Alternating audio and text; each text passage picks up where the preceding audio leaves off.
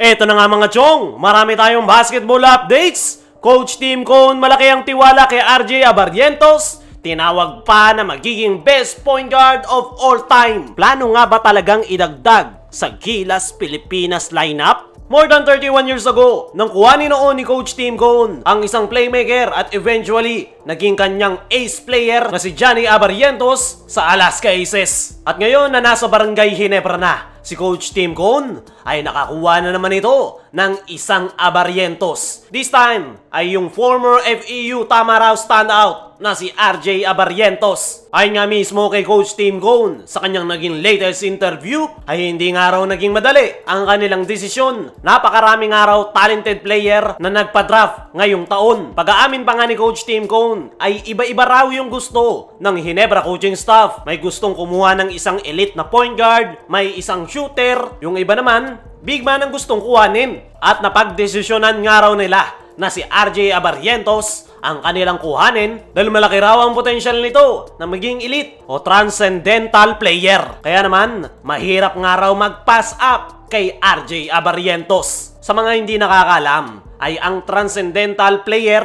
ay isang above superstar. Yan nga yung nakikita ni Coach Tim Cone dito sa batang Abarrientos. At nag-agree nga ako sa sinabi niya ni Coach Tim Cone. Dahil kung titingnan natin yung laro nitong si RJ Abarrientos ay talaga namang napakahusay nito sa kanyang position na point guard. Napakalawak ng court vision, mataas ang basketball IQ at napakagaling pang pumasa. Kaya naman, perfect fit talaga ito sa sistema ni Coach Tim Cone na triangle offense na nangangailangan ng more ball movement. Kaya naman, umaasa itong si Coach Tim Cone na agad na maipapakita ni RJ Abarrientos ang kanyang presence, especially ngayong possible na hindi makapaglaro ang kanilang MVP na si Scottie Thompson dahil sa iniinda nitong back injury. Sa ngayon ay wala pang araw idea si Coach Tim Cone kung ano ang lagay ni Scottie Thompson. Hindi niya pangaraw ito nakakausap ng personal. Ang alam nga lang daw ni Coach Tim ay nagpapakonsult si Scottie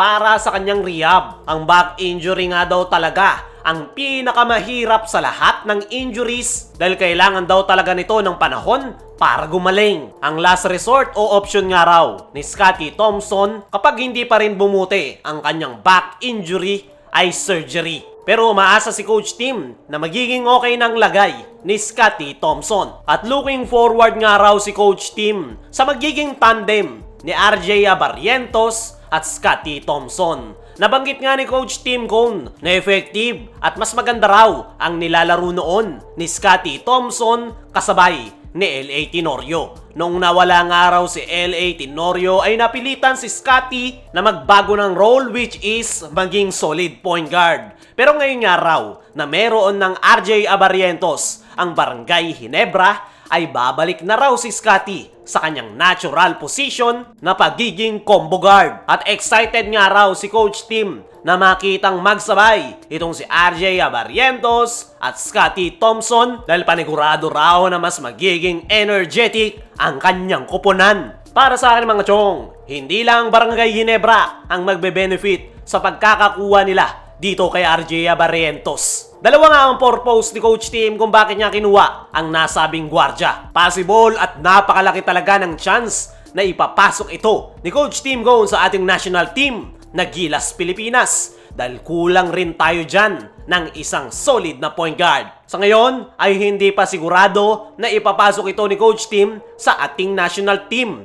Pero napakalaki talaga ng tsansa, lalo na't kapag nakita na ng personal ni Coach Tim kung paano maglaro itong si RJ Abarrientos. Sa ngayon, naniniwala ko mga chong na magiging malaki ang impact ng bagong Barangay Ginebra rookie. Hindi lang playmaking ang pwede nitong may ambag, nandun din ang kanyang energy. Kaya nga excited si Coach Tim na makitang magsabay si Scottie at RJ Abarrientos para sa Barangay Ginebra. At ngayon na nasa Barangay Ginebra na itong si RJ Abarrientos ay marami nga ang nag-e-expect na idadagdag ito ni Coach Tim Cone sa ating national team. Sinagot nga yan mismo ni Coach Tim Cone sa kanyang naging latest interview kung saan sinabi nga nito na malayo pa raw yan sa ngayon. Batang-bata pa nga raw si RJ Abarrientos, kaya possible raw na 3 to 4 years from now ay pwede daw itong ilagay ni Coach Tim sa Gilas lineup. Ang problema nga raw kung ilalagay niya daw ngayon si RJ Abarrientos sa Gilas Pilipinas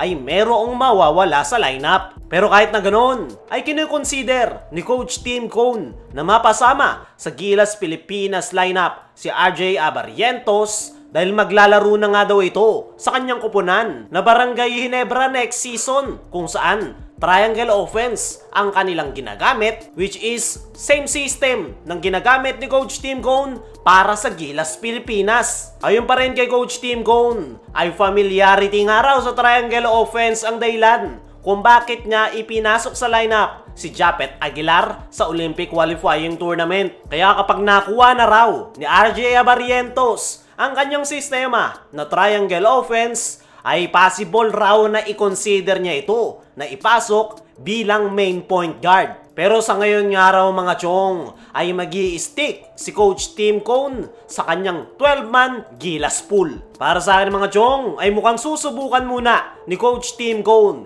itong si RJ Abarrientos sa paparting na panibagong season ng PBA. Sa ngayon ay hindi pa alam ni Coach Tim kung effective ba si RJ Abarrientos sa triangle offense. Kaya naman, hindi pa nito sinasabi na idadagdag niya ito sa Gilas lineup. Pero naniniwala ako mga chong na in the next few years ay ilalagay ni Coach Tim Cone itong si RJ Abarrientos once na alam na talaga nito ang kanyang triangle offense.